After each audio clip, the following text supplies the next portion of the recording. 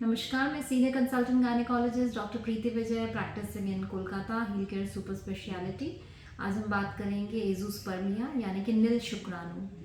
पुरुषों में संतानहीनता होने का एक मुख्य कारण है और जब यह बात पता चलती है कि वीर्य में नील शुक्राणु आया है, एजोस्पर्मिया आया है, तो कपल्स काफ़ी निराश हो जाते हैं।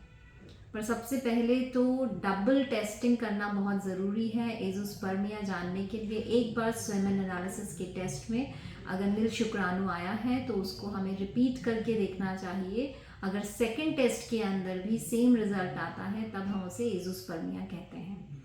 एजोस्पर्मिया जो है कई प्रकार का होता है, ऑब्स्ट्रक्टिव और नॉन ऑब्स्ट्रक्टिव। ऑब्स्ट्रक्टिव जो टाइप होता है उसके अंदर जो स्पर्म है, शुक्राणु है, वह बन रहे हैं, लेकिन जो रिप्रोडक्टिव ट्रैक्ट है यानी कि उसका जो रास्ता है जहाँ से वो बाहर निकल कर आता है वह ब्लॉक है, तो वह प्रॉपरली बाहर निकल कर नहीं आता। यानी कि शुक्राणु बन तो रहे हैं लेकिन बाहर निकल नहीं पा रहे। नॉन ऑब्स्ट्रक्टिव यानी कि शुक्राणु बन ही नहीं रहे हैं प्रॉपरली, उनका जो पैसेज है वह क्लियर है लेकिन किसी कारणवश शुक्राणु का निर्माण ही नहीं हो रहा है, प्रोडक्शन ही नहीं हो रहा है। तो मेनली क्या कारण होते हैं एजोस्पर्मिया के? इसमें कई कारण हैं। मुख्यतः इन्फेक्शन हो सकता है, जैसे ऑर्काइटिस होता है, मम्स होता है, मम्स के अंदर ऑर्काइटिस हो जाता है, तो ये इन्फेक्शन है, इन्फ्लेमेशन है, या पहले कोई सर्जरी हुई हो, स्क्रोटल सर्जरी या इनगोइनल हर्निया की सर्जरी हुई हो, कोई कैंसर है, कैंसर का ट्रीटमेंट हुआ है, रेडिएशन हुआ है, कीमोथेरेपी हुआ है, या और कोई आपका लो टेस्टोस्टेरोन का कारण रहा होगा, या फिर आपका कोई जेनेटिक डिसऑर्डर जैसे सिस्टिक फाइब्रोसिस है, क्लिनफेल्टर सिंड्रोम है। कई बार पुरुषों में हॉट टब बाथ्स जो काफ़ी रेगुलरली करते हैं उनमें भी एजोस्पर्मिया देखा जाता है। इसके अलावा पेस्टिसाइड का एक्सपोजर है, कोई केमिकल्स एक्सपोजर है, या फिर रिक्रिएशनल ड्रग्स कुछ लोग यूज़ करते हैं, नार्कोटिक्स अब्यूज़ जो होता है, उस केस के अंदर भी एजोस्पर्मिया देखा जाता है।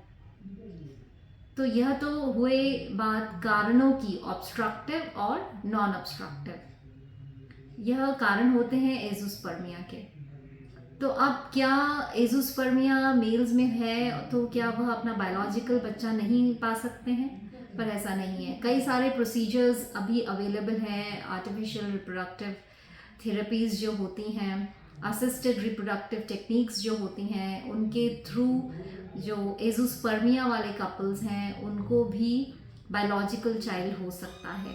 इस पे कई सारे प्रोसीजर्स होते हैं, जैसे टेसा है, पैसा है, माइक्रोटेसा है, यानी कि इनके अंदर जो testicular sperm aspiration, direct testis में हम लोग नीडल डाल के स्पर्म को निकालते हैं या एपिडिडाइमिस में से निकालते हैं, या फिर माइक्रोटेसा जो होता है उसके अंदर किडनी को हम ओपन करके उसमें देखते हैं कौन से जो डक्ट्स हैं, जो सेमिनिफेरस ट्यूब्यूल्स हैं जिनके अंदर स्पर्म का निर्माण हुआ है, उनसे हम डायरेक्टली स्पर्म निकालते हैं और स्पर्म को फिर कल्चर करके उनका नंबर बढ़ा के, उनकी मोटिलिटी बढ़ा के, उसके बाद फीमेल एग के अंदर इंट्रोड्यूस करते हैं।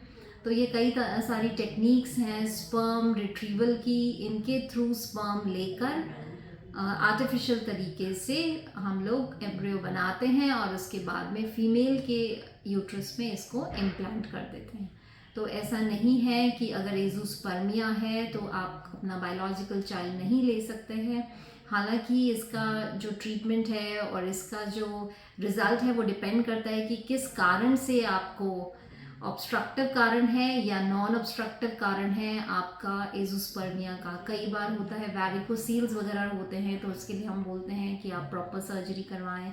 कौन से ग्रेड की है उसके ऊपर भी यह सब डिपेंड करता है। तो कॉज के अकॉर्डिंगली आपका ट्रीटमेंट पॉसिबल है, और ऐसा नहीं है कि एजोस्पर्मिया के बाद आप अपना बायोलॉजिकल चाइल्ड नहीं ले सकते हैं।